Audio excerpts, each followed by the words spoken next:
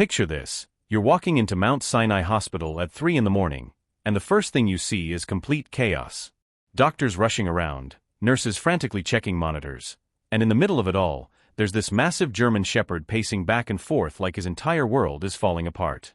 And honestly, it kind of is. The dog's name is Zeus, and he's staring at the unconscious man lying in that hospital bed like he's willing him to wake up through sheer determination. The man's face is pale, his dark hair still damp from river water, and there are cuts on his forehead from where he hit the concrete embankment on his way down. His expensive suit has been replaced with a standard hospital gown, but even unconscious, there's something about Alexander Blackwood that screams wealth and power. But here's the crazy part: this billionaire, this man who literally owns half of Manhattan's skyline, has absolutely no one. No family rushing to his bedside, no friends holding vigil, no loved ones praying for his recovery. Just Zeus, who hasn't moved from that spot for 72 hours straight, barely eating the food the nurses sneak him, barely drinking water. The hospital staff wanted to remove him, but something about the way this dog was looking at his owner made even the strictest administrator bend the rules. You see, Zeus isn't just any dog. This magnificent creature has been Alexander's constant companion for nearly 9 years, ever since Alexander inherited him along with everything else when his parents died in that helicopter crash. Zeus was originally his father's dog, trained as a puppy by the best handlers money could buy, but more than that, he was loved. He was part of the Blackwood family in a way that most people never understood. And right now, Zeus is the only family Alexander has left. Now, here's a question to you: do you have a pet? If yes, what extraordinary way has your pet gone to show you the truest form of love? Drop your answer in the comments below. We can't wait to read your stories. Let's keep the love flowing at Agape Love Tales. Agape Love Tales is where romance comes alive, with stories of passion, secrets, and second chances that'll keep you hooked. Hit that like button, and subscribe to join our community of hopeless romantics. Don't forget to click the bell icon so you never miss a twist in our tales of love. The heart monitor beeps steadily, and Zeus's ears perk up every single time, hoping it means his human is finally waking up. But Alexander remains still, lost somewhere between consciousness and the darkness that claimed him 3 nights ago when he plunged into the freezing waters of the Hudson River. But I'm getting ahead of myself here. Let me take you back to where this whole incredible story really begins, because what happened that night, what led to this moment, is absolutely wild. And it all started with a phone call that changed everything. 3 weeks earlier, Alexander Blackwood was living his usual routine. Wake up at 5 a.m., 2-hour workout in his private gym, protein smoothie that probably cost more than most people's grocery budget, then straight into his home office to start conquering the business world before most of New York had even opened their eyes. At 28, Alexander had already built an empire that would make his late father proud. Blackwood Industries wasn't just successful, it was legendary. Real estate developments across 3 continents, tech investments that had paid off beyond anyone's wildest dreams, and a portfolio so diverse that financial magazines wrote entire articles trying to figure out his next move. But success, as Alexander had learned the hard way, could be incredibly lonely. His penthouse apartment was a masterpiece of modern architecture, all floor-to-ceiling windows and sleek surfaces, with a view of Central Park that real estate agents would literally kill for. It was featured in Architectural Digest twice, and business magazines loved to photograph him there for their cover stories. But here's what those magazines never captured: the silence. The overwhelming, crushing silence of a space designed for entertaining that never saw parties, of a dining room table that sat 12 but only ever served one. Well, one human anyway. Zeus was always there, of course. Lying on his custom-made bed in the corner of Alexander's office while he worked, following him from room to room like a furry shadow, sleeping on the ridiculously expensive rug beside Alexander's king-sized bed. The dog had his own routine too: morning walks through Central Park where other dog owners would stare in awe at his perfect obedience and striking appearance, afternoon naps in the sunbeam that streamed through the living room windows, and evening walks that had become the highlight of both their days. Those evening walks were sacred. No matter how crazy Alexander's schedule got, no matter how many meetings ran late or how many emergencies demanded his attention, he and Zeus would always take that walk. Usually through Central Park, sometimes down to the Hudson River waterfront, just the two of them moving through the city while Alexander's mind processed the day's stress and Zeus simply enjoyed being beside his favorite person in the world. Alexander had been taking these walks for years, ever since the loneliness first started eating away at him. There was something about moving through the city with Zeus that made the emptiness in his chest feel a little less crushing. Other people had therapists or meditation apps or yoga classes. Alexander had Zeus and the rhythm of their footsteps on New York sidewalks. But that particular Tuesday night, something was different. Alexander had spent the entire day in back-to-back meetings about the Meridian project, a massive development deal in Singapore that represented the biggest expansion Blackwood Industries had ever attempted. We're talking about a $2.3 billion investment, the kind of deal that would either cement Alexander's reputation as a visionary or potentially destroy everything he'd built. For months, everything had been going perfectly. The Singapore government was on board, the investors were excited, and the architectural plans were revolutionary. Alexander had personally flown to Singapore 4 times to oversee negotiations, and each trip had brought better news. This wasn't just a business deal for him, it was his chance to prove that he wasn't just riding on his father's legacy, that he could build something even greater than what he'd inherited. The contracts were supposed to be signed that Tuesday. Alexander had been in his office since dawn, making final calls to Singapore, reviewing documents with his legal team, and basically counting down the hours until he could officially announce the biggest success of his career. Zeus had been unusually restless that day, pacing around the office and whining softly whenever Alexander got too absorbed in his work. Dogs have this incredible ability to sense when something's wrong, and Zeus had been Alexander's constant companion long enough to recognize when his human was more stressed than usual. But Alexander was too focused on the Singapore deal to pay much attention to Zeus's behavior. At exactly 11:47 p.m., Alexander's phone rang. He almost didn't answer.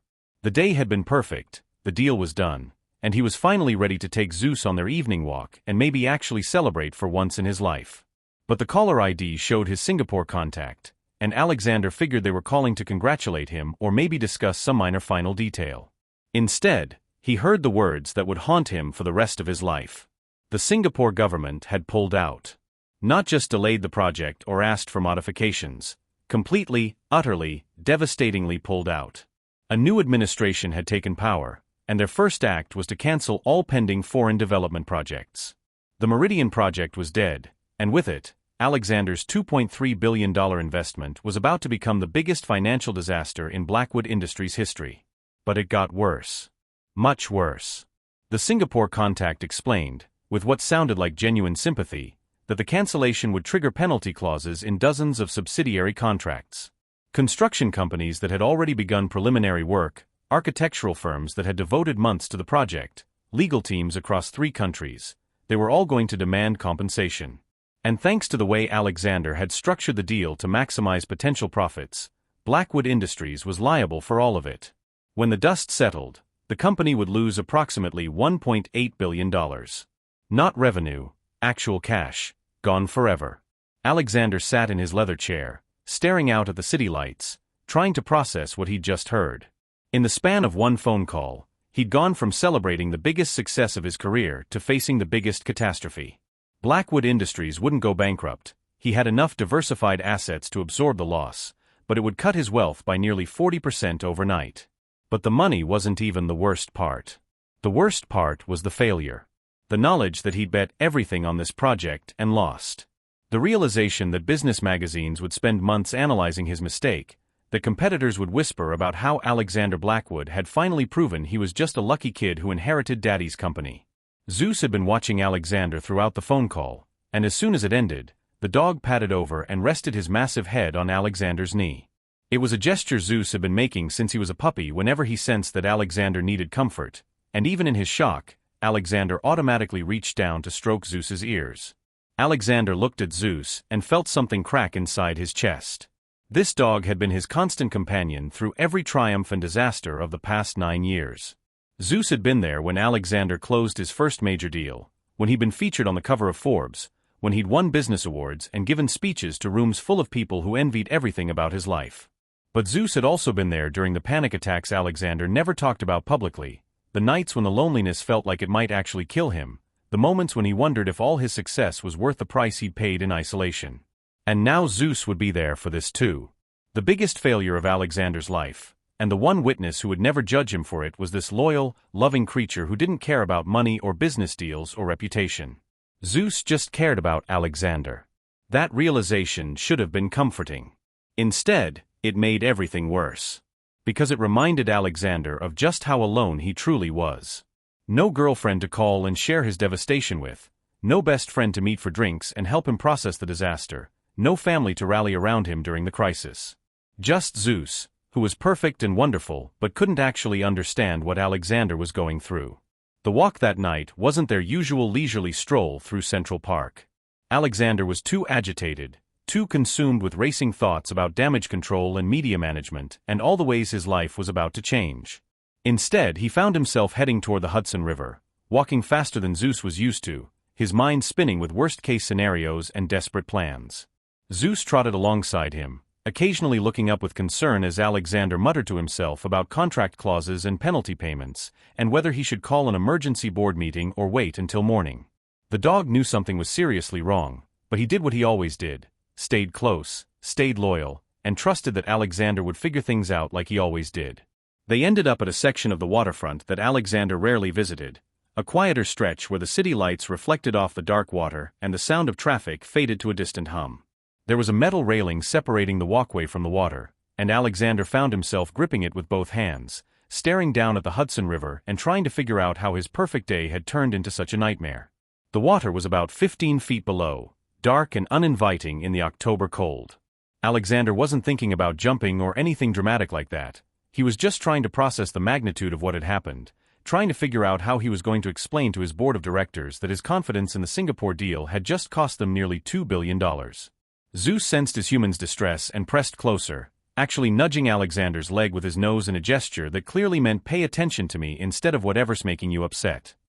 It was classic Zeus behavior, and on any other night, it would have made Alexander smile. But that night, Alexander was too lost in his own head to appreciate Zeus's attempt at comfort. He was thinking about phone calls he'd have to make, meetings he'd have to schedule, and the humiliation of admitting that his biggest gamble had failed spectacularly. He was thinking about his father, who had built Blackwood Industries through careful, calculated risks, and wondering what his dad would think about his son's reckless overconfidence. That's when his phone rang again. This time it was Richard Morrison, Alexander's business manager and the closest thing he had to a friend, though their relationship was built more on mutual professional respect than genuine affection. Richard had probably heard about Singapore through his own channels, and Alexander dreaded having to confirm the news. But Alexander answered the phone anyway, leaning against the railing as he prepared to have the same devastating conversation all over again. Richard's voice was sympathetic but practical. They needed to start damage control immediately, needed to prepare statements for the media, needed to reassure major investors that Blackwood Industries was still financially stable despite the massive loss. As they talked, Alexander found himself leaning more heavily against the railing, exhausted by the weight of the disaster and the prospect of months of cleanup ahead. Zeus had wandered a few feet away, investigating some interesting scent near a bench, but he kept glancing back at Alexander with obvious concern. The conversation went on for nearly 20 minutes, covering everything from legal strategies to public relations management. Alexander was so focused on Richard's advice that he didn't notice how much of his weight he was putting on the railing, or how the metal barrier was older than it looked and not designed to support a 180-pound man leaning against it at full force. He definitely didn't notice the small crack that had formed in the metal mounting where the railing connected to its support post. Alexander was in the middle of explaining his thoughts about restructuring the Asian division when he heard the metal groan. For just a split second, he looked down at his hands gripping the railing and realized what was happening.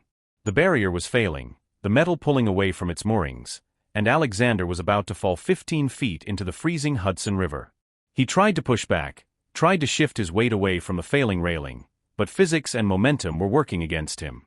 The metal gave way completely, and Alexander felt himself tumbling forward into empty air. The last thing he remembered clearly was Zeus barking, not his usual happy bark or his alert to strangers bark, but a sound of pure panic and terror that Alexander had never heard from him before.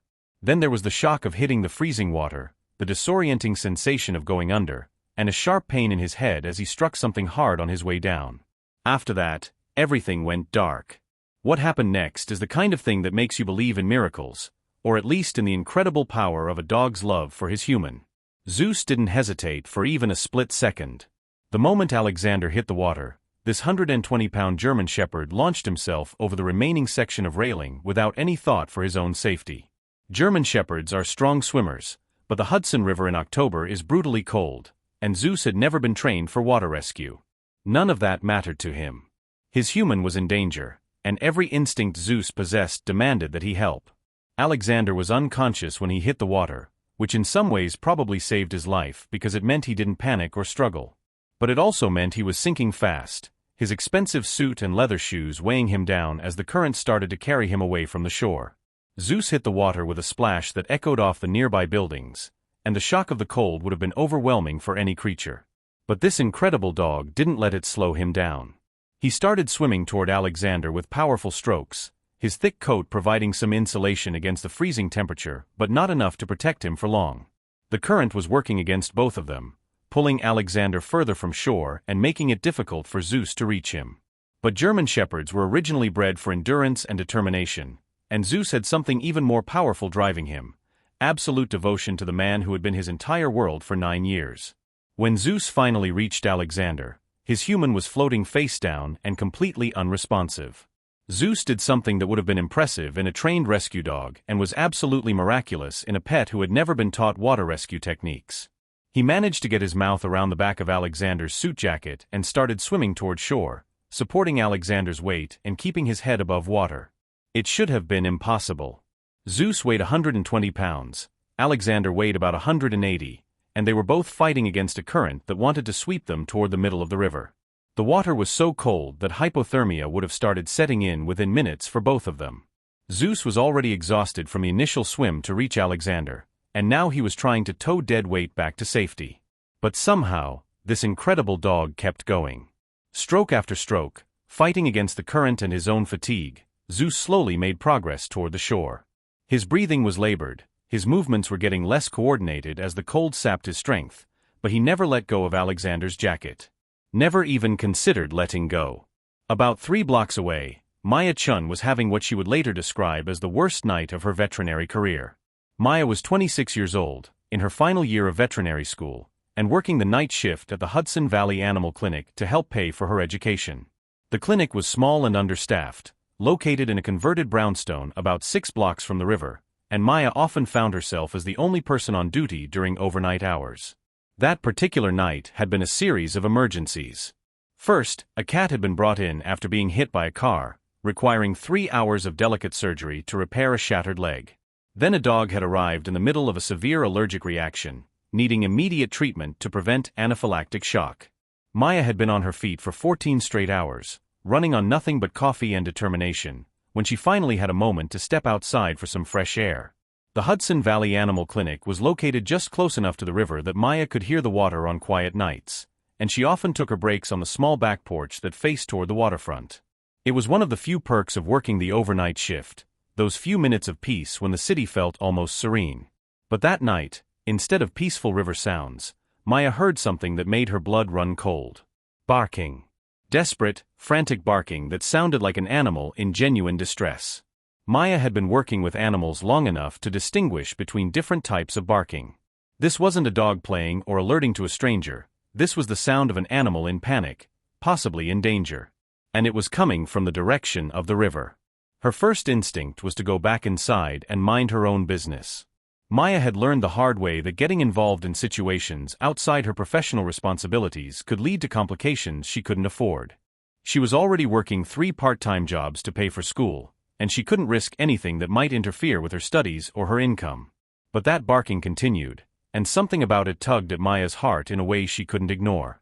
She dedicated her life to helping animals, and every instinct she possessed was telling her that whatever was happening by the river, an animal needed help. So Maya grabbed her jacket and a flashlight from the clinic's emergency kit, and she started walking toward the sound of that desperate barking. As she got closer to the river, Maya could see what was happening, and her heart nearly stopped. There was a massive German Shepherd in the water, and he was clearly struggling with something heavy. At first, Maya thought the dog might be drowning, but then her flashlight beam caught the scene more clearly, and she realized the truth was even more terrifying. The dog wasn't drowning, he was trying to save someone who was. Maya could see the unconscious man that Zeus was desperately trying to pull to shore, could see how both the dog and the human were losing their battle against the current and the cold. Zeus had managed to get within about 10 feet of the shore, but that last stretch seemed impossible. The dog's movements were getting sluggish, his breathing was labored, and Maya realized with growing horror that she was watching 2 lives hanging in the balance. Maya didn't hesitate. She pulled out her phone and called 911, shouting information about the location and the emergency while she kicked off her shoes and stripped down to her underwear and t-shirt. The 911 operator was asking questions, trying to get more details, but Maya didn't have time for a lengthy conversation. She told the operator to send paramedics and police to the waterfront immediately, then threw her phone down and dove into the Hudson River. The shock of the cold water was like being slapped by an iceberg, but Maya was a strong swimmer who had grown up near the ocean in California. More importantly, she was driven by the same kind of determination that was keeping Zeus fighting in the water, the absolute refusal to let someone die when she might be able to help. Maya swam toward Zeus and Alexander with powerful strokes, reaching them just as Zeus's strength was finally starting to fail. The dog looked at her with exhausted, grateful eyes, and Maya realized that Zeus understood she was there to help. He didn't bark at her or try to protect Alexander from a stranger. He somehow recognized that Maya was their rescue. Together, Maya and Zeus managed to get Alexander to the shore. Maya supported Alexander's upper body while Zeus continued to grip his jacket, and between the two of them, they pulled the unconscious man out of the water and onto the concrete embankment. Alexander wasn't breathing. Maya had taken CPR classes as part of her veterinary training, but she'd never had to use those skills on a human before. Her hands were shaking from cold and adrenaline as she tilted Alexander's head back, checked his airway, and started chest compressions. Zeus collapsed beside them, exhausted and shivering violently, but his eyes never left Alexander's face. Even in his own distress, the dog was focused entirely on his human's condition.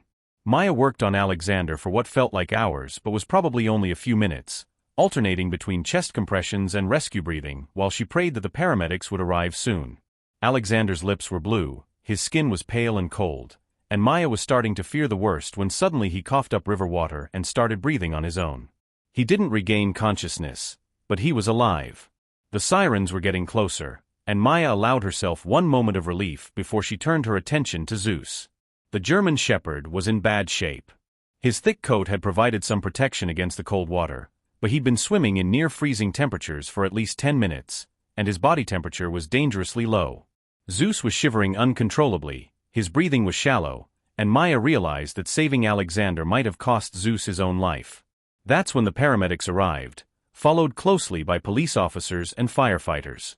The scene became controlled chaos as the emergency responders took charge of Alexander's care, loading him onto a stretcher and working to stabilize him for transport to the hospital. But in all the commotion, Zeus was being overlooked. The paramedics were focused on Alexander, understandably, and the police were trying to figure out what had happened and whether foul play might be involved. Nobody seemed to realize that the dog who had just performed one of the most heroic rescues in the city's history was himself in need of immediate medical attention. Maya wrapped Zeus in her jacket and tried to explain the situation to one of the police officers, but the man seemed more interested in getting her statement about what she'd witnessed than in understanding that Zeus needed veterinary care immediately. Time was running out. Maya could see that Zeus's condition was deteriorating, and she knew that hypothermia could be fatal for dogs just as easily as for humans. So Maya made a decision that would change everything. She scooped Zeus up in her arms, all 120 pounds of wet, exhausted German Shepherd, and carried him back to the Hudson Valley Animal Clinic. Zeus was too weak to resist, and maybe some part of him understood that Maya was trying to help. She half-carried, half-dragged him the 6 blocks back to the clinic, her own body still numb from the cold water and her muscles screaming from the effort. But Maya got Zeus to the clinic, and over the next several hours, she worked to save the life of the dog who had just saved his owner's life. She warmed Zeus slowly and carefully, monitored his vital signs, gave him 4 fluids to combat dehydration, and basically provided the same level of intensive care that Alexander was receiving at the hospital. By dawn, both Alexander and Zeus were stable but still unconscious. Alexander was in the ICU at Mount Sinai, surrounded by monitors and machines that were keeping track of every aspect of his recovery. Zeus was on a heated bed at Maya's clinic, wrapped in blankets and connected to N4, with Maya checking on him every few minutes between her other duties. Neither of them had any identification. The police had found Alexander's phone, damaged by river water but still functional enough that they could see he'd been talking to someone when the accident occurred. They'd traced the call and contacted Richard Morrison, who was able to identify Alexander and provide emergency medical information. But nobody knew anything about Zeus. The police assumed he was just a stray dog who had somehow ended up in the river, and in the confusion of the emergency response, no one had made the connection between the unconscious billionaire and the heroic German Shepherd. Except Maya. Maya had seen the way Zeus fought to save Alexander, had witnessed the dog's absolute dedication to keeping his human alive. She knew that Zeus belonged to Alexander, even if she didn't know who Alexander was or how to contact him. So Maya kept Zeus at the clinic and waited for someone to claim him, not realizing that the man Zeus had risked everything to save was lying unconscious in a hospital bed just a few miles away, with no one to tell him that his beloved companion was safe. For 3 days, Alexander remained unconscious while his body recovered from hypothermia, near drowning, and the head injury he'd sustained when he hit the embankment. For 3 days, Zeus slowly regained his strength under Maya's careful attention, but refused to eat more than a few bites of food and spent most of his time staring toward the clinic's front door as if he expected Alexander to walk through it at any moment. And for 3 days, Maya found herself falling in love with this incredible dog who had demonstrated a level of loyalty and courage that she'd never witnessed before. Zeus was clearly well-trained and had obviously been someone's beloved pet, but as the days passed with no one coming to claim him, Maya started to fear that his owner might not have survived the accident. She had no way of knowing that Alexander was alive, was recovering, and was about to wake up and face the most terrifying realization of his life, that Zeus was missing, and he had no idea how to find him. Alexander's return to consciousness wasn't the peaceful awakening you see in movies. There was no gentle flutter of eyelids or soft morning light streaming through hospital windows. Instead, it was a jarring, disorienting experience that felt like being dragged back from another dimension. The first thing he became aware of was the beeping. Constant, rhythmic beeping that seemed to be coming from inside his skull. Then came the pain, a throbbing headache that felt like someone was using a jackhammer on the inside of his forehead, and a burning sensation in his chest that made every breath feel like work. Alexander tried to open his eyes, but the fluorescent lights above his hospital bed were brutally bright, forcing him to squeeze them shut again immediately. His mouth tasted like river water and antiseptic, and there was something attached to his arm that tugged uncomfortably when he tried to move. Slowly, fragments of memory started filtering back. The phone call about Singapore. The devastating news about the Meridian Project. Walking to the river with Zeus, leaning against the railing, the sound of metal giving way beneath him. The shock of hitting the freezing water. Zeus. Alexander's eyes snapped open despite the harsh lighting, and he tried to sit up so quickly that pain shot through his head like lightning. Where was Zeus? What had happened to Zeus? Alexander's last clear memory was of his loyal companion barking in panic as Alexander fell toward the water, and the terror of not knowing Zeus's fate was worse than any physical pain he was experiencing. A nurse appeared beside his bed almost immediately, her voice professionally soothing as she encouraged him to lie back down and explained that he was in Mount Sinai Hospital, that he'd been unconscious for 3 days, and that he was going to be fine. But Alexander wasn't listening to her reassurances about his medical condition. He was trying to form the words to ask about Zeus, though his throat felt raw and speaking was more difficult than he'd expected. When Alexander finally managed to croak out his question about his dog, the nurse looked confused. She checked his chart, consulted with another nurse, and eventually explained that there was no record of any dog being brought to the hospital with him. As far as the medical staff knew, Alexander had been alone when he was pulled from the river. That information hit Alexander harder than the physical trauma of nearly drowning. Zeus had been with him at the river. Alexander was absolutely certain of that. But what had happened to his faithful companion after Alexander fell? Had Zeus tried to help and ended up drowning himself? Was he injured somewhere, waiting for Alexander to find him? Or had he simply run away in panic, and was now wandering the streets of New York alone and scared? The doctors wanted to keep Alexander for observation for at least another day, maybe 2. He'd suffered a concussion, severe hypothermia, and had water in his lungs that they wanted to monitor. They explained that near-drowning victims often experience complications days after the initial incident, and it would be dangerous for him to leave so soon. Alexander listened politely to their medical advice and then promptly ignored all of it. Despite the protests of his medical team and the stern warnings about liability waivers, Alexander checked himself out of Mount Sinai Hospital approximately 6 hours after regaining consciousness. His head was still pounding, his coordination was shaky, and he probably shouldn't have been making important decisions in his condition, but none of that mattered compared to finding Zeus. Richard Morrison, Alexander's business manager, had been contacted by the hospital and was waiting in the lobby when Alexander emerged from the elevator, dressed in the spare clothes Richard had brought and moving like a man who was running on pure determination rather than physical strength. Richard tried to convince Alexander to stay for proper treatment, especially given everything that was happening with the Singapore situation, but Alexander's response was brief and non-negotiable. Find Zeus first, deal with everything else later. The first stop was back to the scene of the accident. Alexander stood at the spot where the railing had failed, now marked with police tape and temporary barriers, trying to piece together what might have happened to Zeus after he fell. The October air was cold against his still tender skin, and being back at the location where he'd nearly died brought back flashes of memory that made his head throb worse. But there were no clues about Zeus's whereabouts. No witnesses had seen what happened to the dog, and the police report focused entirely on Alexander's rescue and medical condition. As far as the official record was concerned, Alexander Blackwood had somehow ended up in the Hudson River and had been pulled to safety by an unknown Good Samaritan who had disappeared before paramedics arrived. Zeus might as well have never existed. What followed were the most desperate 72 hours of Alexander's life.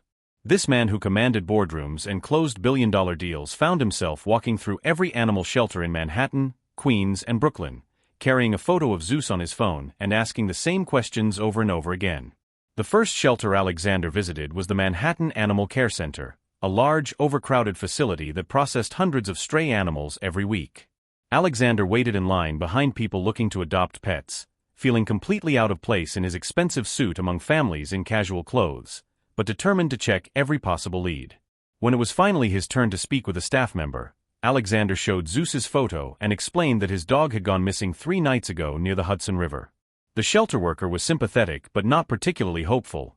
They saw dozens of missing pet cases every week, and most dogs who ended up in the river didn't survive to make it to a shelter. Still, she walked Alexander through the facility, past rows of kennels filled with dogs of every size and breed imaginable. Alexander's heart jumped every time he saw a German Shepherd, but none of them were Zeus. Some were too small, others too young, and a few had markings that were obviously different from Zeus's distinctive coat pattern. The shelter worker explained that they held strays for 5 days before putting them up for adoption, so if Zeus had been brought on the night of the accident, he would still be there. The fact that Alexander couldn't find him among the current residents was actually good news. It meant Zeus probably hadn't been picked up as a stray. But that just raised more questions about where Zeus might be. Alexander's next stop was the ASPCA facility on the Upper East Side, then Brooklyn Animal Care, then a dozen smaller rescue organizations scattered across the city. He posted Zeus's photo on every lost pet website he could find, created social media accounts for the first time in his life just to share Zeus's information on pet recovery groups, and even hired a private investigator who specialized in finding missing animals. The private investigator, a gruff ex-cop named Detective Martinez, was initially skeptical about the case. In his experience, dogs who went missing during traumatic incidents like accidents rarely survived, especially if they'd ended up in the river during cold weather. But Alexander's obvious desperation and willingness to pay whatever it cost convinced Martinez to take the case seriously. Martinez started by re-interviewing the police officers and paramedics who had responded to Alexander's accident, hoping someone might remember seeing a dog at the scene. But the emergency responders had been focused on saving a human life, and none of them had any recollection of a German Shepherd being present. The detective also canvassed the neighborhood around the accident site, showing Zeus's photo to anyone who might have been in the area that night.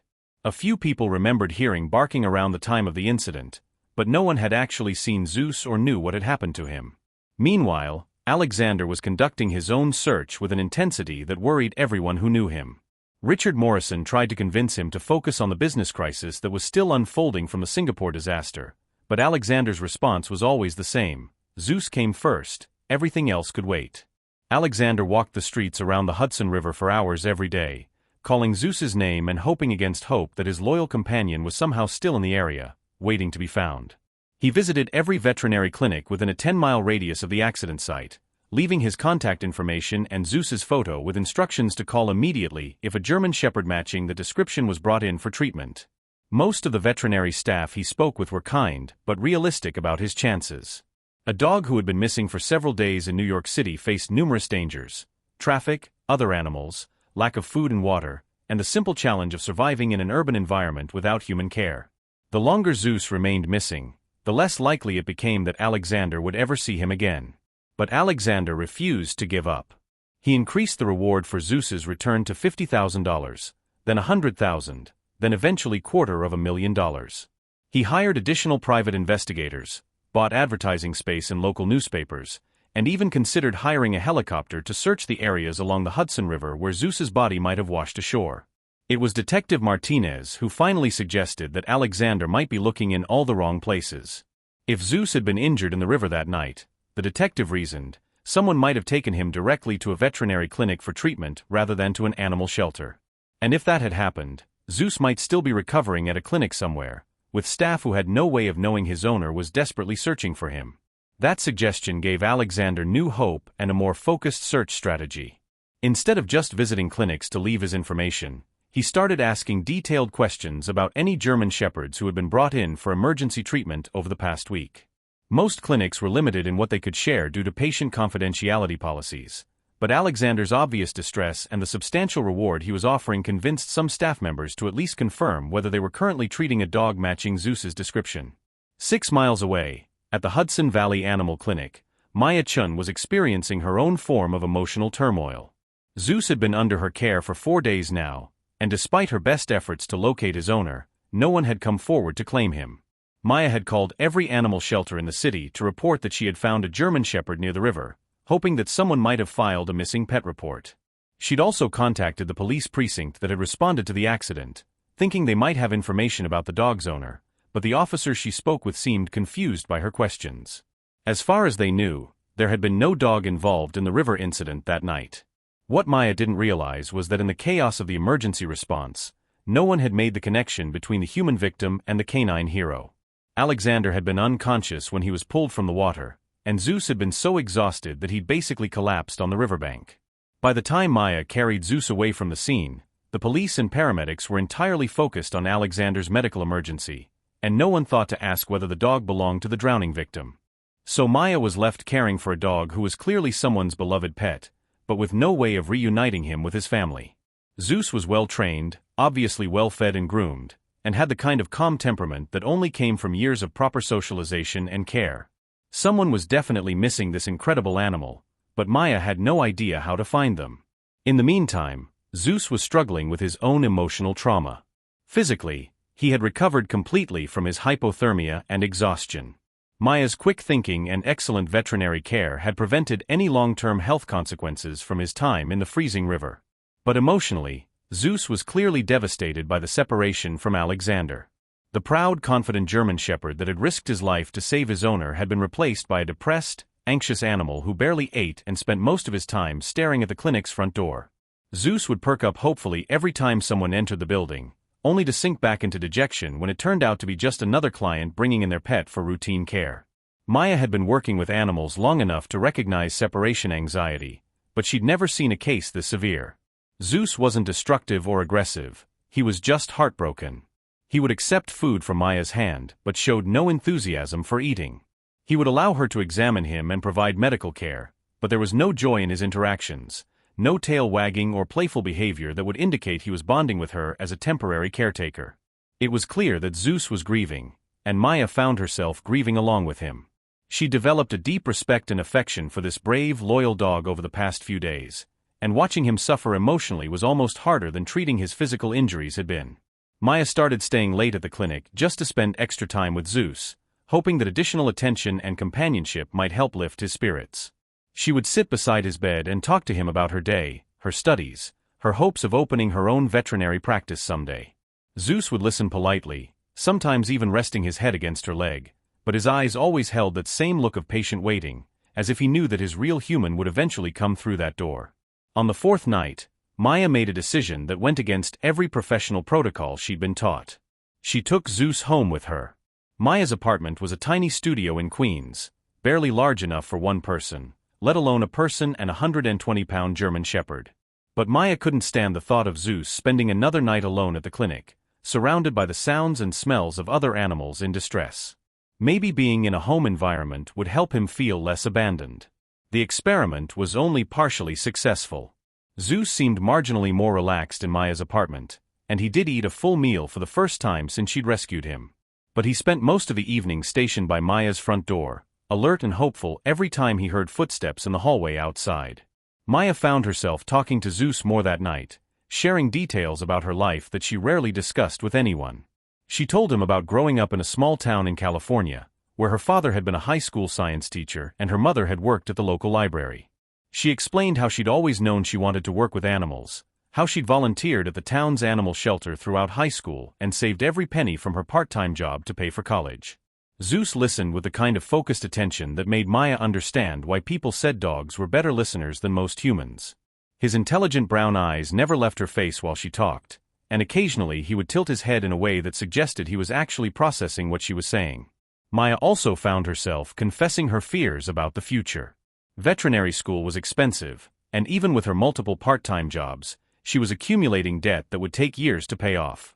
Her grades were excellent, and her professors thought she had real potential, but Maya worried constantly about money, about whether she'd be able to afford to finish her degree, about whether she'd ever be financially stable enough to achieve her dream of opening a practice that focused on helping low-income families care for their pets. She told Zeus about her family's current struggles too. Her father had been diagnosed with diabetes the previous year, and the medical bills were straining her parents' finances even with their insurance.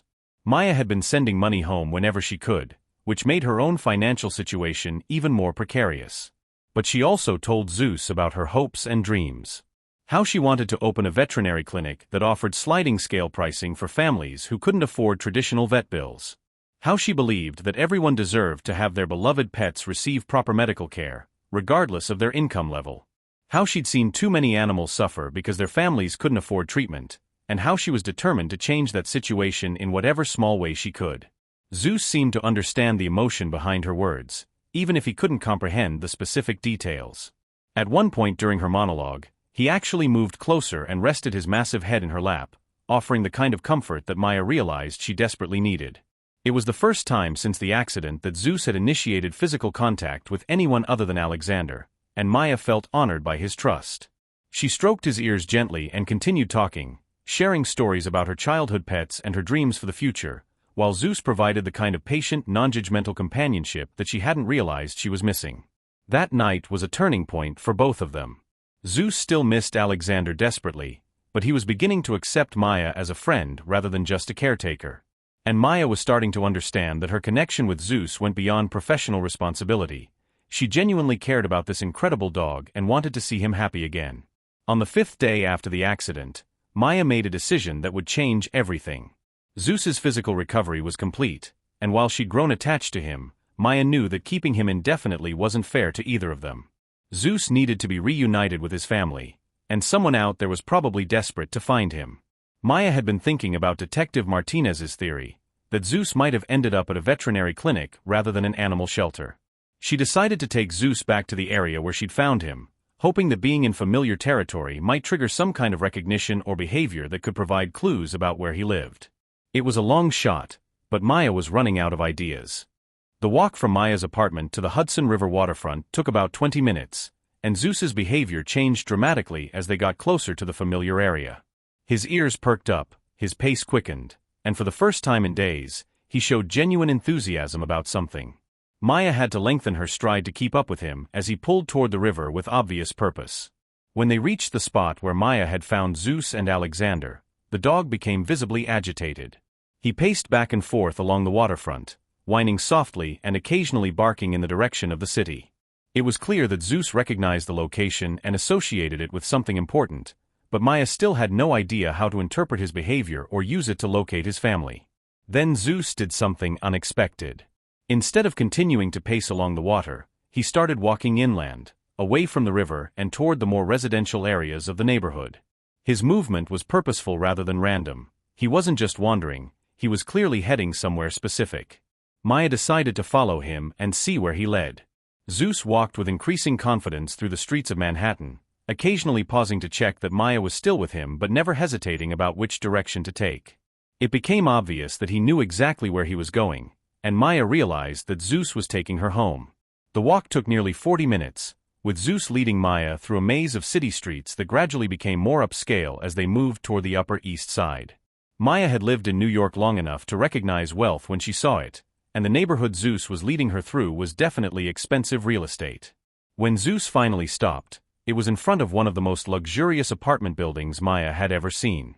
The doorman was dressed in a uniform that probably cost more than Maya's monthly rent, and the lobby visible through the glass doors looked like something from a magazine about how the other half lived. Zeus sat down in front of the building's entrance and looked back at Maya as if to say, "This is it. This is where I live." Maya approached the doorman with some trepidation, feeling self-conscious about her casual clothes and student budget appearance in such an upscale environment. But when she explained that she'd found this dog near the river and believed he lived in the building, the doorman's entire demeanor changed. The doorman's name was James, and he'd been working at that building for 12 years. He immediately recognized Zeus and became visibly emotional when Maya explained how she'd found him. James had been wondering where Zeus was for the past several days. He was used to seeing the dog twice daily when Alexander took him for walks, and Zeus's sudden absence had been concerning. James immediately called up to Alexander's penthouse, and Maya could hear the excitement in his voice as he spoke into the phone. Within minutes, Alexander was rushing down to the lobby, moving faster than someone who had recently been hospitalized probably should have been. The reunion between Alexander and Zeus was one of the most beautiful things Maya had ever witnessed. The moment Alexander stepped out of the elevator, Zeus launched himself across the lobby with a joy that was almost overwhelming to watch. The proud, reserved German Shepherd disappeared, replaced by an ecstatic dog who was wiggling his entire body and making sounds that were part bark, part whine, and entirely pure happiness. Alexander dropped to his knees and wrapped his arms around Zeus, burying his face in the dog's thick fur while Zeus covered every inch of Alexander's face and hands with kisses. Both of them were trembling, Alexander from relief and emotion, Zeus from sheer excitement at being reunited with his beloved human. For several minutes, neither Alexander nor Maya spoke. They just watched this incredible display of mutual devotion and relief, both of them fighting back tears at the intensity of the reunion they were witnessing. When Alexander finally looked up at Maya, his eyes were bright with unshed tears and gratitude so profound that Maya felt overwhelmed by it. This was clearly a man who had thought he'd lost the most important thing in his life, and Maya had just given it back to him. Alexander's first words to Maya were a simple thank you, but the emotion behind them was unmistakable. He started to ask how Maya had found Zeus, where he'd been for the past 5 days, whether he'd been injured, but the questions tumbled over each other in his eagerness to understand what had happened. Maya explained about finding them both in the river that night, about taking Zeus to her clinic for treatment, about caring for him while she tried to locate his owner. As she talked, Alexander's expression shifted from gratitude to amazement to something that looked almost like worship. Maya realized that Alexander didn't just think she'd found his lost dog. He understood that she'd saved both their lives that night at the river. Zeus was alive because Maya had pulled him from hypothermia and exhaustion. Alexander was alive because Maya had performed CPR after Zeus pulled him from the water. This woman standing in his lobby had literally rescued both him and his most precious companion, and he was looking at her like she was some kind of miracle. The conversation that followed was awkward in the way that conversations between strangers often are when they're trying to process something emotionally overwhelming. Alexander kept thanking Maya and asking if Zeus had been any trouble, while Maya kept insisting that Zeus had been wonderful and that she was just happy to see them reunited. But underneath the polite small talk, there was something else happening. Alexander couldn't stop looking at Maya, not in a way that made her uncomfortable, but with a kind of fascination that suggested he was seeing something remarkable in this woman who had saved his life. And Maya found herself equally drawn to Alexander, not because of his obvious wealth or striking appearance, but because of the way he looked at Zeus with such pure love and relief. This wasn't a man who saw his dog as a possession or a status symbol. This was someone who genuinely, deeply loved Zeus, and Maya recognized that kind of devotion because she felt it herself toward the animals in her care. When Alexander insisted on taking Maya to dinner as a way of thanking her properly, Maya's initial instinct was to decline. She was acutely aware of the differences in their circumstances, his designer clothes and luxury apartment versus her student wardrobe and tiny studio, and she didn't want him to feel obligated to reward her for doing what anyone with a conscience would have done. But Alexander was surprisingly persuasive, and Zeus seemed to support the idea. The dog kept moving back and forth between Alexander and Maya, as if he wanted to maintain contact with both of them, and Maya realized that Zeus had formed an attachment to her during their time together. So Maya agreed to dinner, thinking it would be a simple meal and a chance for Alexander to express his gratitude properly. She had no idea that accepting his invitation would be the beginning of something that would change both their lives forever. The restaurant Alexander chose wasn't ostentatiously expensive, which Maya appreciated, but it was definitely upscale in a way that made her grateful she'd gone home to change clothes first. The maitre d' knew Alexander by name, and they were seated at a quiet corner table where they could talk without being overheard by other diners. Maya had expected the conversation to focus on the rescue and Zeus's recovery, but Alexander seemed more interested in learning about her. He asked about her veterinary studies, her work at the clinic, her plans after graduation. His questions were thoughtful and genuine, not the polite small talk that Maya had anticipated from someone trying to fulfill a social obligation. As they talked, Maya began to understand that Alexander Blackwood wasn't quite what she'd expected from a wealthy Manhattan businessman. Yes, he was obviously successful and sophisticated in a way that came from privilege and education, but there was also a loneliness about him that Maya found unexpectedly moving. Alexander talked about Zeus with the kind of detailed knowledge that only came from years of close companionship. He knew exactly how Zeus preferred his food prepared, which park routes were his favorites for morning walks, and how to read the subtle changes in the dog's expression that indicated different moods. It was clear that Zeus wasn't just Alexander's pet, he was his closest friend and constant companion. When Maya asked about Alexander's family, his expression became guarded in a way that told her she'd touched on something painful. Alexander explained briefly about losing his parents in a helicopter crash when he was 19, about inheriting the family business and learning to run it while dealing with his own grief. He didn't elaborate on the details, but Maya could hear the isolation in his voice when he talked about the years that followed. Maya found herself sharing her own background more openly than she'd expected. She told Alexander about growing up in a small California town where everyone knew everyone else's business, about her parents who had always supported her dreams even when it meant financial sacrifice, about her determination to use her veterinary degree to help families who couldn't afford expensive pet care. Alexander listened with an intensity that made Maya feel like every word she spoke was important to him. She wasn't used to having someone's complete attention like that, especially someone who could probably buy and sell her entire hometown without noticing the expense. But what struck Maya most about Alexander wasn't his wealth or success, it was his obvious intelligence and his unexpected vulnerability. This was a man who commanded business empires and made decisions worth millions of dollars, but he was also someone who had spent the past 5 days desperately searching the city for his missing dog with a single-minded determination that revealed where his true priorities lay. As the evening progressed, Maya realized that she was genuinely enjoying Alexander's company. He was funny in a dry, understated way that made her laugh without trying too hard to impress her. He was curious about her work and asked detailed questions about veterinary medicine that showed he was actually listening to her answers. And he had a way of making her feel like her opinions and experiences mattered, even though their backgrounds were completely different. Alexander, for his part, was experiencing something he hadn't felt in years: genuine connection with another person. Maya wasn't trying to impress him or gain anything from their conversation.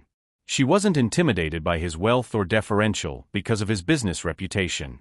She was just herself, intelligent, compassionate, passionate about her work, and completely unpretentious in a way that Alexander found refreshing after years of interactions with people who always seemed to want something from him.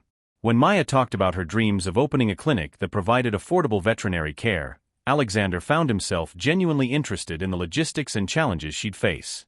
When she mentioned her concerns about student loan debt and the financial realities of starting a practice, he wanted to understand the specifics of those obstacles. This wasn't polite interest from someone making conversation. Alexander was actually invested in Maya's success in a way that surprised him. The evening ended with Alexander walking Maya to her subway station, with Zeus trotting happily between them as if he approved of their newfound friendship. At the station entrance, there was an awkward moment where neither of them was quite sure how to say goodbye. Alexander wanted to see Maya again, but he wasn't sure how to express that without making it sound like he was trying to repay a debt or fulfill an obligation. Maya wanted to maintain contact with Alexander and Zeus, but she didn't want him to think she expected ongoing gratitude for doing what she considered a basic human duty.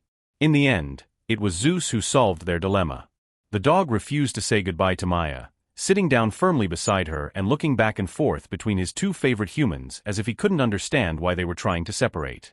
Alexander laughed at Zeus's obvious matchmaking attempts and suggested that maybe they could meet for coffee sometime, if Maya would like to see how Zeus was settling back into his normal routine. Maya agreed, partly because she genuinely wanted to check on Zeus's emotional recovery, but mostly because she found herself genuinely attracted to this complex, lonely, surprisingly kind man who loved his dog with such obvious devotion. As Maya descended into the subway and Alexander and Zeus walked back toward their luxury apartment, both of them were thinking about the unexpected connection they discovered that evening. Neither of them realized that their simple dinner of gratitude had been the beginning of something much more significant, or that the obstacles they'd face in the coming weeks would test not just their growing feelings for each other, but their ability to trust despite their vastly different worlds. Over the next 3 weeks, Alexander and Maya developed a friendship that surprised both of them with its natural ease and genuine depth. What had started as coffee meetings to check on Zeus's recovery had evolved into regular encounters that both of them looked forward to more than they were willing to admit.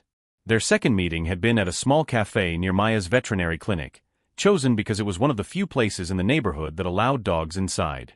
Alexander had brought Zeus, partly because the dog seemed happier when Maya was around, but mostly because he wanted an excuse to see her again that didn't sound like he was asking for a date. Maya had been running late that day, having dealt with an emergency surgery that morning, a cat who had been hit by a car and needed immediate treatment to save his leg. When she finally arrived at the cafe, still in her scrubs and smelling faintly of antiseptic, she was embarrassed about her appearance and started to apologize for not having time to change. Alexander's response had surprised her.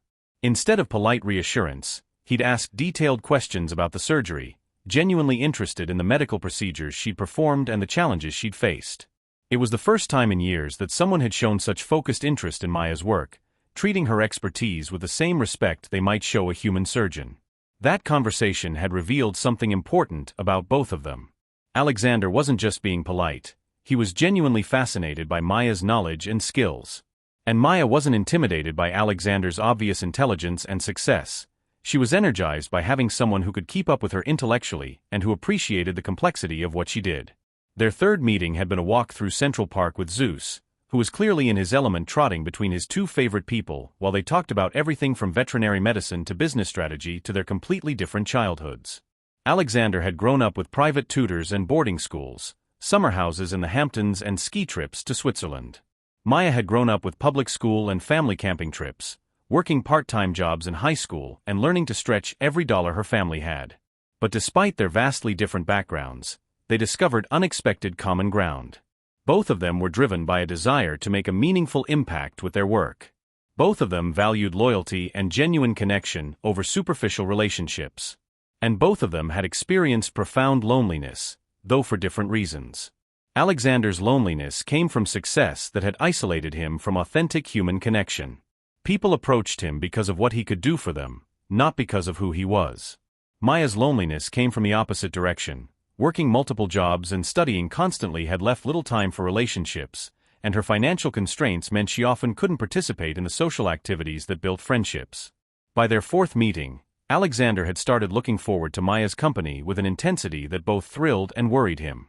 She was unlike anyone he'd ever known, completely unpretentious, passionate about her work in a way that made her eyes light up when she talked about it, and refreshingly direct in her opinions and observations. Maya, meanwhile, was discovering that Alexander wasn't the stereotypical wealthy businessman she'd expected. Yes, he was sophisticated and clearly accustomed to luxury, but he was also thoughtful, surprisingly funny, and more interested in hearing about her day at the clinic than in talking about his own business achievements. Zeus, of course, was thriving with this arrangement. The dog had always been social and intelligent, but having both Alexander and Maya in his life brought out a playfulness that Alexander hadn't seen since Zeus was a puppy. The dog would actually get excited when Maya's name was mentioned, and he developed a habit of looking expectantly toward the door of Alexander's penthouse around the times when Maya usually visited. It was during their fifth meeting that Alexander made a mistake that would later come back to haunt him. They were having dinner at a small Italian restaurant in Maya's neighborhood, a place Alexander never would have discovered on his own, but which served incredible food at prices Maya could actually afford. The conversation had turned to Maya's financial struggles with veterinary school, and she'd mentioned that her father's medical bills were putting additional strain on her family's budget. Alexander's immediate instinct was to offer help. Not as charity or pity, but because he genuinely cared about Maya and hated the thought of her struggling with problems that he could easily solve. He'd suggested, as casually as he could manage, that he'd be happy to help with her tuition or her father's medical expenses, emphasizing that it would be a privilege to support someone who was going to use her degree to help animals and families who couldn't afford veterinary care. Maya's reaction had been swift and definitive. She appreciated the offer, she said, but she couldn't accept that kind of help from someone she'd known for less than a month. It would change the dynamic of their friendship in ways that would make her uncomfortable, and she preferred to handle her financial challenges on her own. Alexander had backed off immediately, understanding Maya's perspective even as he privately wished she would let him help. But he'd also mentioned the conversation to Richard Morrison, his business manager, during one of their regular meetings about company affairs. That casual mention would turn out to be one of the biggest mistakes of Alexander's life. Richard Morrison had been Alexander's business manager for 8 years, and in that time, he developed a protective attitude toward his employer that sometimes bordered on possessive.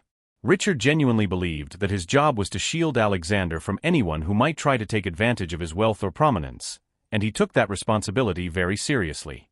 Richard had been concerned about Alexander's relationship with Maya from the moment he'd first heard about her. In Richard's experience, people who rescued wealthy individuals often turned out to have ulterior motives, and the timing of Maya's appearance in Alexander's life seemed suspiciously convenient. When Alexander mentioned Maya's financial difficulties during their business meeting, every alarm bell in Richard's head started ringing. Here was a veterinary student drowning in debt who had suddenly become close friends with a billionaire, and now she was sharing details about her family's financial struggles. To Richard, it looked like a classic setup for a long-term con. Alexander had explicitly said that Maya had refused his offer of financial help, but Richard interpreted that refusal differently than Alexander did. In Richard's cynical view, Maya was playing hard to get, making herself seem more trustworthy by initially refusing help before eventually accepting much larger amounts of assistance. It was a sophisticated approach that would make Alexander feel like he was helping a friend rather than being manipulated by someone who had targeted him for his money. So Richard did what he'd been doing for years. He started investigating Maya Chen without Alexander's knowledge or permission. What Richard discovered through his private investigator seemed to confirm his worst suspicions. Maya's father had indeed been diagnosed with diabetes the previous year, and the family's medical bills had reached nearly $40,000 despite their insurance coverage. Maya's mother had taken a second job to help cover the expenses, and Maya herself had been sending money home regularly, which explained why she was working so many part-time jobs while trying to complete veterinary school. But Richard's investigator had also uncovered other information that painted a more troubling picture. Maya's student loan debt was even higher than Alexander had mentioned, over $200,000 and growing with each semester. Her grades were excellent, but she'd been struggling to balance her academic requirements with the demands of working multiple jobs, and there had been at least 2 occasions where she'd been close to dropping out for financial reasons. To Richard, this information confirmed his theory that Maya was a gold digger who had orchestrated her rescue of Alexander as the opening move in a long-term financial scheme. The depth of her financial desperation, combined with her proximity to the accident site that night, seemed too convenient to be coincidental. Richard's investigation went deeper. He traced Maya's work schedule at the Hudson Valley Animal Clinic and discovered that she'd been working the night shift regularly for several months. Her presence near the river that night wasn't suspicious. She was legitimately coming off a shift at the clinic. But Richard chose to interpret this information differently. In his paranoid worldview, Maya had been watching Alexander's routine, learning about his evening walks, and positioning herself to accidentally be in the right place when an opportunity arose. The more Richard investigated, the more convinced he became that Maya Chen was a threat to Alexander's financial security. He'd seen similar situations before: attractive, seemingly innocent women who befriended wealthy men and gradually worked their way into positions where they could access significant amounts of money. The fact that Maya had initially refused Alexander's offer of help only made her seem more dangerous, because it suggested she was patient and sophisticated in her approach. What Richard didn't understand, what he was incapable of understanding, was that Maya's refusal of financial help had been genuine. She truly wasn't interested in Alexander's money, and her growing feelings for him had nothing to do with his wealth. If anything, Alexander's obvious affluence made Maya more cautious about their relationship, not more eager to exploit it. But Richard had never experienced the kind of genuine, selfless connection that was developing between Alexander and Maya.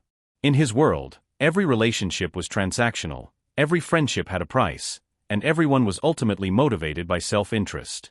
The idea that someone might care about Alexander for reasons that had nothing to do with his money was literally incomprehensible to Richard. So Richard began laying the groundwork for what he considered necessary damage control. He couldn't directly forbid Alexander from seeing Maya. Alexander was too independent and too stubborn to accept that kind of interference. But Richard could plant seeds of doubt, share carefully selected pieces of information that would make Alexander question Maya's motives, and gradually convince his employer that he was being manipulated. Richard's first attempt was subtle. During a routine business meeting, he casually mentioned that he'd heard Alexander was spending time with the woman who had found Zeus, and he wondered aloud whether Alexander had considered the possible legal implications. What if Maya decided to claim that Alexander owed her compensation for saving his life? What if she went to the media with her story and portrayed Alexander as an ungrateful billionaire who hadn't properly rewarded his rescuer? Alexander's response was immediate and sharp. Maya wasn't looking for rewards or recognition, he said. She was a genuinely kind person who had helped because it was the right thing to do, not because she expected anything in return. But Richard persisted. He mentioned Maya's financial situation, carefully, as if he were concerned about Alexander's generous nature rather than suspicious of Maya's motives. Alexander was known for his philanthropy, Richard said, and people in desperate financial situations sometimes misinterpreted kindness as an invitation to ask for more help than originally offered. Alexander defended Maya again, but Richard noticed that his employer's tone was slightly less certain this time. The seed of doubt had been planted. Over the following weeks, Richard continued his campaign of subtle manipulation. He would bring up Maya's name in contexts that emphasized her financial desperation or her convenient presence at the river that night. He never directly accused her of anything, but he consistently framed their relationship in terms that made Alexander question whether Maya's feelings were genuine. Richard also began sharing carefully edited information from his ongoing investigation. He mentioned Maya's mounting student loan debt, her family's medical bills, and her history of financial struggles, but he presented these facts in ways that made them seem suspicious rather than sympathetic. Instead of a hard-working student trying to help her family, Maya became a desperate woman with overwhelming financial pressures who might be tempted to take advantage of a wealthy friend. The most damaging piece of information Richard shared was about Maya's work schedule. He revealed that Maya had been working at the clinic near the river for months before the accident, implying that she would have been familiar with Alexander's evening walking routine. Richard suggested that Maya might have been watching Alexander, learning his habits, and positioning herself to rescue him when the opportunity arose. This information hit Alexander harder than Richard had expected. Alexander had always been paranoid about people's motives, and the suggestion that Maya might have orchestrated their meeting played into his deepest fears about being used for his wealth. The timing of her presence at the river that night, which had seemed like miraculous good fortune, suddenly seemed potentially calculated. But what really convinced Alexander to start doubting Maya was Richard's final piece of evidence. The private investigator had discovered that Maya had recently been offered a lucrative position at a high-end veterinary practice in Beverly Hills, a job that would have solved all her financial problems and allowed her to pay off her student loans within a few years. Maya had turned down the job, citing her commitment to helping low-income families access affordable veterinary care. But Richard presented her decision differently. Why would someone in desperate financial straits turn down such a perfect opportunity, unless she had identified an even more lucrative prospect? And what could be more lucrative than a close friendship with Alexander Blackwood? That information shattered Alexander's confidence in Maya's motives. If she truly cared only about helping animals and had no interest in his money, why would she turn down a job that would give her financial security and still allow her to practice veterinary medicine? The only logical explanation, from Alexander's paranoid perspective, was that Maya was playing a longer, more sophisticated game. Richard watched with satisfaction as doubt crept into Alexander's demeanor. His employer became more distant during their business meetings, more cynical in his observations about human nature, and more receptive to Richard's suggestions about protecting himself from potential exploitation. What Richard didn't realize was that his campaign of manipulation was about to backfire spectacularly. Because while he'd been busy poisoning Alexander's mind against Maya, he'd also been embezzling money from Blackwood Industries, small amounts at first, but increasingly larger sums as he'd grown more confident that Alexander trusted him completely. Richard had been skimming funds for over 2 years, using his position as business manager to redirect payments, inflate expenses, and create fake consulting contracts that funneled money into accounts he controlled. The total amount he'd stolen was approaching $3 million. But Richard had been careful to spread the theft across multiple divisions and time periods to avoid detection. His investigation of Maya had been expensive. Private investigators, background checks, and surveillance didn't come cheap. But Richard had justified the cost as a necessary business expense, protecting Alexander from what he genuinely believed was a significant financial threat. Unfortunately for Richard, his embezzlement had created exactly the kind of financial discrepancies that would be discovered during the audit Alexander had ordered in response to the Singapore disaster. The Meridian Project's failure had prompted Alexander to review all of Blackwood Industries' financial operations, looking for ways to improve efficiency and prevent future catastrophic losses. Richard knew the audit was coming, and he knew it would eventually uncover his theft. His plan was to pin the blame on Maya, to suggest that Alexander's growing relationship with her had been a distraction that allowed financial irregularities to occur. If Alexander already believed that Maya was manipulating him, he might be willing to accept that her influence had somehow contributed to problems within the company. It was a desperate plan, but Richard was running out of options. The audit would begin in less than 2 weeks, and once it started, Richard's embezzlement would be impossible to hide. So Richard decided to accelerate his timeline and force a confrontation between Alexander and Maya before the audit began. The confrontation happened on a Tuesday evening that had started as one of the best days of Alexander and Maya's friendship. They'd met for dinner at the same Italian restaurant where they'd had their first real conversation about Maya's financial struggles, and the mood had been lighter and more playful than usual. Alexander had seemed more relaxed than Maya had seen him in weeks, laughing at her stories about the various animals she'd treated that day and sharing his own amusing observations about the eccentric personalities of some of his business associates. Zeus had been his usual charming self, working the restaurant staff for extra attention and treats while providing a perfect excuse for Alexander and Maya to sit closer together than strictly necessary. Maya had been feeling increasingly confident about her relationship with Alexander, and she'd been considering whether it might be time to acknowledge that her feelings for him had evolved beyond friendship. She was still concerned about their different backgrounds and financial situations, but 3 weeks of regular contact had convinced her that Alexander genuinely cared about her as a person, not as a potential charity case or ego boost. They'd been discussing Maya's plans for the weekend. She had a rare Saturday off from all her jobs and was thinking about visiting her parents in California, when Alexander's demeanor suddenly changed. His phone had buzzed with a text message, and whatever he'd read had made his expression close off in a way that Maya hadn't seen since their first awkward conversation in his apartment building lobby. Maya asked if everything was okay, and Alexander's response was clipped and distant. "Just business," he said, but his body language suggested that whatever he'd learned was far more serious than routine company affairs. The rest of their dinner was strained, with Alexander answering Maya's questions with increasing brevity while checking his phone repeatedly. Maya began to wonder if she'd said or done something wrong, but she couldn't identify any moment when the evening had taken a negative turn. When they left the restaurant, Alexander's goodbye was perfunctory and cold. He didn't suggest another meeting, didn't ask about her weekend plans, and barely acknowledged Zeus's obvious disappointment when it became clear they weren't going to extend their time together with a walk through the neighborhood. Maya went home confused and hurt, wondering what had happened to change Alexander's mood so dramatically. She replayed their entire conversation, looking for clues about what might have upset him, but couldn't find anything that would explain his sudden coldness. What Maya didn't know was that Richard had sent Alexander a text message containing the most damaging piece of information he'd discovered during his investigation. Maya's veterinary school records showed that she'd been placed on academic probation twice, not for poor grades, but for excessive absences that were affecting her clinical rotations. Richard had presented this information as evidence that Maya was unreliable and possibly dishonest about her academic standing. But the reality was much more sympathetic. Maya's absences had occurred during her father's initial diabetes diagnosis, when she'd had to travel home to California multiple times to help her family navigate the medical crisis. She'd worked with her professors to make up the missed work and had maintained her excellent grades despite the challenging circumstances. But Alexander didn't know the context behind Maya's academic probation, and Richard's text message had been carefully crafted to make the situation sound as damaging as possible. Combined with all the other doubts Richard had been planting, this final piece of information convinced Alexander that Maya had been lying about her academic success, just as she'd potentially been lying about her motivations for their friendship.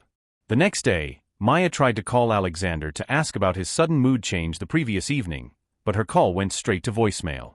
She left a brief message asking if he was okay and suggesting they meet for coffee when he had time, but Alexander didn't return her call. Maya waited 2 days before trying to contact him again, not wanting to seem pushy but increasingly concerned that something serious had happened. This time, Alexander answered his phone, but his tone was formal and distant in a way that made Maya's stomach drop. Alexander asked Maya to meet him at his apartment that evening, and something in his voice told her that whatever he wanted to discuss wasn't going to be pleasant. Maya spent the rest of the day trying to figure out what could have gone wrong between them, but she was completely unprepared for the confrontation that awaited her. When Maya arrived at Alexander's building that evening, James the doorman seemed surprised to see her. He'd grown accustomed to her regular visits over the past few weeks and usually greeted her warmly, but that night he was formally polite in a way that suggested Alexander had given him different instructions about her access to the building. Alexander met Maya in his lobby rather than inviting her up to his apartment, and Zeus wasn't with him. That absence felt ominous. Zeus had been a constant presence during all their previous meetings, and Maya had been looking forward to seeing the dog as much as she'd been dreading whatever conversation Alexander wanted to have. Alexander's opening statement was direct and brutal. He'd been thinking about their relationship, he said, and he'd realized that he needed to be more careful about the people he allowed into his life. Recent events had reminded him that his wealth made him a target for individuals who might not have his best interests at heart, and he decided that it would be better for both of them if they ended their friendship before anyone got hurt. Maya was stunned. She asked what had happened to change his mind so suddenly, what she'd done to make him question her motives, but Alexander's response was even more hurtful than his initial statement. He'd learned things about her background, he said, that made him realize she hadn't been entirely honest with him. Her financial situation was more desperate than she'd initially indicated, and her presence at the river that night seemed conveniently timed for someone who'd been working near that location for months. Maya felt like she'd been physically slapped. The accusation that she'd somehow orchestrated their meeting was so far from the truth that she could barely process what Alexander was suggesting. She'd risked her own life to save him and Zeus that night, had cared for Zeus for days without knowing who he belonged to, and had refused Alexander's offers of financial help specifically because she didn't want money to complicate their relationship. Maya tried to defend herself, to explain the circumstances behind whatever information Alexander had discovered, but he seemed determined to interpret everything in the worst possible light. Her academic probation became evidence that she was unreliable. Her family's medical bills became proof that she was desperate enough to target wealthy strangers. Her refusal of the Beverly Hills job became a calculated move to maintain access to an even more lucrative opportunity. The conversation escalated into an argument that neither of them had wanted to have. Maya was hurt and angry at being accused of manipulation when her feelings for Alexander had been completely genuine. Alexander was defensive and paranoid, convinced that his initial instincts about Maya had been wrong and that Richard's warnings about her motives were correct. Maya finally asked Alexander directly whether he believed she'd somehow planned their meeting at the river, whether he thought she'd risked her own life and spent days caring for Zeus as part of some elaborate scheme to gain access to his money. Alexander's hesitation before answering told Maya everything she needed to know. He didn't want to believe it, but Richard's campaign of manipulation had been successful. Alexander's trust in Maya had been completely undermined, and he was no longer capable of seeing her actions as anything other than potentially calculated moves in a long-term con. Maya left Alexander's building that night with tears in her eyes and a broken heart. She genuinely cared about Alexander, had been falling in love with him despite her concerns about their different backgrounds, and had believed that their connection was based on mutual respect and affection rather than financial considerations. The accusation that she was a gold digger who had targeted Alexander for his wealth was particularly painful because Maya had been so careful to avoid any appearance of financial motivation. She'd refused his offers of help, had insisted on paying for her own meals when they went out together, and had never asked him for anything beyond his company and friendship. But perhaps most heartbreaking of all was the realization that Alexander's paranoia about people's motives ran so deep that he was willing to believe the worst about someone who had literally saved his life. Maya understood that wealth could make people suspicious and defensive, but she hadn't expected Alexander to be so quick to assume malicious intent from someone who had shown him nothing but kindness and genuine affection. Maya spent the next week in a fog of hurt and confusion. She threw herself into her work at the clinic, took extra shifts to keep herself busy, and tried to forget about Alexander and the brief, wonderful period when she'd thought she'd found someone who understood and appreciated her. But forgetting about Alexander also meant losing Zeus, and that loss was almost as painful as the end of her relationship with Alexander. Maya had grown genuinely attached to the loyal, intelligent dog who had brought them together, and she missed Zeus's companionship almost as much as she missed Alexander's. Meanwhile, Alexander was discovering that his suspicions about Maya didn't make him feel safer or more secure, they just made him feel empty and alone again. Zeus was clearly depressed by Maya's absence, refusing to eat properly and spending hours lying by the apartment's front door as if he were waiting for her to return. Alexander tried to convince himself that he'd made the right decision, that protecting himself from potential manipulation was more important than the connection he'd felt with Maya. But every time he saw Zeus's dejected expression or remembered Maya's hurt and bewildered reaction to his accusations, Alexander felt less certain about his choice. Richard, of course, was pleased with the success of his manipulation campaign. Alexander had ended his relationship with Maya just as Richard had hoped, and now Richard could focus on covering up his embezzlement before the upcoming audit exposed his theft. But Richard had made a critical error in his calculations. He'd assumed that Alexander would be grateful to learn the truth about Maya's motives, and that ending their relationship would make Alexander more dependent on Richard's guidance and protection. Instead, Alexander was miserable, Zeus was clearly suffering, and the whole situation was making Alexander question his ability to judge people's character. If he'd been so wrong about Maya, How could he trust his judgment about anyone else in his life? Including Richard Morrison, whose warnings about Maya now seemed suspiciously convenient and whose intimate knowledge of Maya's financial situation raised questions about how he'd obtained such detailed information about a woman Alexander had never mentioned in detail during their business meetings. For the first time since hiring Richard 8 years earlier, Alexander began to wonder whether his business manager's loyalty was as absolute as he'd always believed.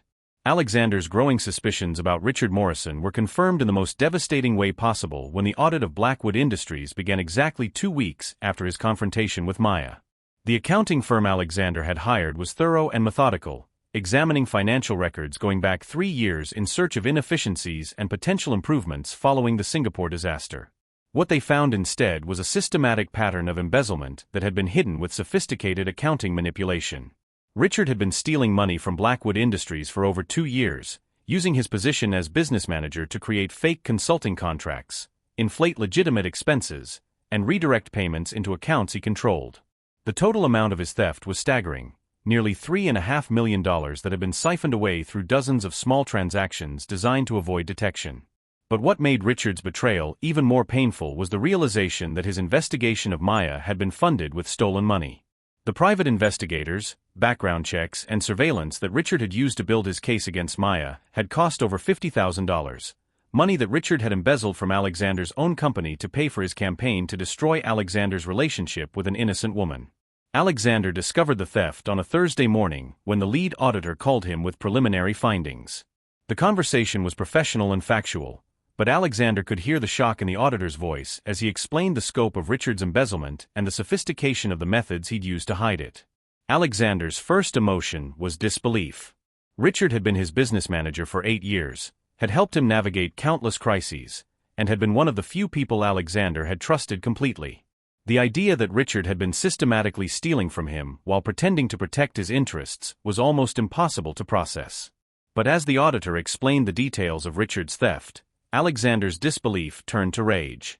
Not just because of the money, although $3.5 million was a significant loss, but because of the profound betrayal of trust that the theft represented. Richard had used his intimate knowledge of Alexander's business operations to steal from him. He'd exploited Alexander's confidence in him to commit crimes that could have damaged Blackwood Industries' reputation and financial stability. And he'd done it all while positioning himself as Alexander's loyal protector against people who might try to take advantage of him. The irony was almost too bitter to contemplate. While Richard had been warning Alexander about Maya's potentially mercenary motives, he'd been conducting the most mercenary exploitation of their relationship imaginable. While he'd been planting doubts about Maya's honesty and integrity, he'd been systematically lying to and stealing from the man who trusted him most. Alexander's second call was to his attorney, who advised him to contact the police immediately. Embezzlement on this scale was a serious crime, and Richard needed to be arrested before he had a chance to destroy evidence or flee the country. But before Alexander called the authorities, he wanted to confront Richard personally. He needed to understand how someone he trusted so completely had been capable of such betrayal, and he wanted Richard to know that his crimes had been discovered. The confrontation took place in Alexander's office that same Thursday afternoon. Richard arrived for what he thought was a routine business meeting, carrying his usual portfolio of reports and financial summaries, completely unaware that his embezzlement had been exposed. Alexander's opening statement was as direct and brutal as his confrontation with Maya had been, but this time his accusations were supported by irrefutable evidence rather than manipulated suspicions. Alexander told Richard that the audit had uncovered his theft, that the police were being contacted, and that Richard's employment with Blackwood Industries was terminated immediately. Richard's reaction was a mixture of panic, denial, and desperate attempts to justify his actions. He initially tried to claim that the accounting irregularities were honest mistakes or misunderstandings, but the evidence was too comprehensive and detailed for such explanations to be credible. When denial failed, Richard shifted to justification. He'd been underpaid for years, he claimed, given the level of responsibility he'd carried and the value he'd provided to Alexander's business operations. The money he'd taken was compensation he deserved, but had never been properly awarded. Alexander's response to Richard's self-serving justifications was cold and definitive. Richard had been well compensated for his work, with salary and bonuses that put him in the top percentage of business managers in the city. If he'd felt underpaid, he could have negotiated for better compensation or sought employment elsewhere. Theft was never justified, regardless of Richard's perceived grievances. But what Alexander really wanted to understand was Richard's campaign against Maya. The evidence of Richard's investigation into her background was part of the embezzlement trail, receipts for private investigators and surveillance services that Richard had paid for with stolen money. Alexander demanded to know why Richard had been so determined to destroy his relationship with Maya, and whether any of the information Richard had shared about her was actually true. Richard's explanation revealed the depth of his deception and the extent to which his paranoia had distorted his judgment. He genuinely believed that Maya was a threat to Alexander's financial security, Richard said. Her presence at the river that night had seemed suspicious, her financial desperation had made her a potential target for manipulation, and her refusal of Alexander's initial offers of help had suggested she was playing a more sophisticated game. But as Richard detailed his reasoning, Alexander realized that every piece of evidence against Maya had been interpreted through the lens of Richard's own criminal mindset.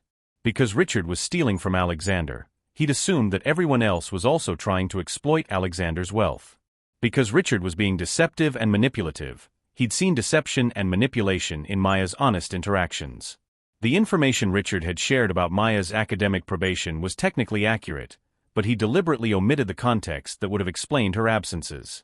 Maya had indeed been struggling financially, but her struggles were the result of working multiple jobs to pay for school and help her family, not evidence of desperation that would drive her to target wealthy strangers. Most significantly, Maya's decision to turn down the Beverly Hills veterinary position hadn't been calculated to maintain access to Alexander's money. It had been a principled choice to pursue her goal of providing affordable veterinary care to low-income families, even though that choice meant continued financial hardship for her. Alexander realized that every doubt Richard had planted about Maya's character and motives had been projection. Richard, who was motivated entirely by financial gain and personal advantage, couldn't conceive of someone who might be motivated by genuine affection and principled values. He'd seen his own greed and dishonesty reflected in Maya's actions, because he was incapable of recognizing authentic kindness and integrity. The conversation ended with Alexander informing Richard that the police were on their way and that he should remain in the office until they arrived. Richard made one final desperate attempt to negotiate some kind of deal, offering to repay the stolen money in exchange for avoiding criminal charges, but Alexander's response was inflexible. Richard would face the full legal consequences of his actions, and there would be no special consideration based on their previous relationship. After Richard was arrested and removed from the building by police officers, Alexander was left alone in his office with a devastating realization that he destroyed his relationship with Maya based on lies told by a man who had been robbing him for years. The irony was crushing. Alexander had been so afraid of being exploited by Maya, who had genuinely cared about him, that he'd ignored the actual exploitation being carried out by Richard, who had seen Alexander as nothing more than a source of money to be stolen. Alexander had accused Maya of targeting him for his wealth, while trusting a man who was literally stealing his wealth. He'd questioned Maya's honesty while believing the lies of someone who had been deceiving him for years. He'd rejected Maya's genuine affection in favor of Richard's fake loyalty. The magnitude of his mistake was almost unbearable. Maya had saved his life, had cared for Zeus when he was injured, had refused Alexander's offers of financial help, and had shown him kindness and companionship that had made him happier than he'd been in years. And Alexander had thrown all of that away because he believed the manipulations of a criminal who had been betraying him from the beginning.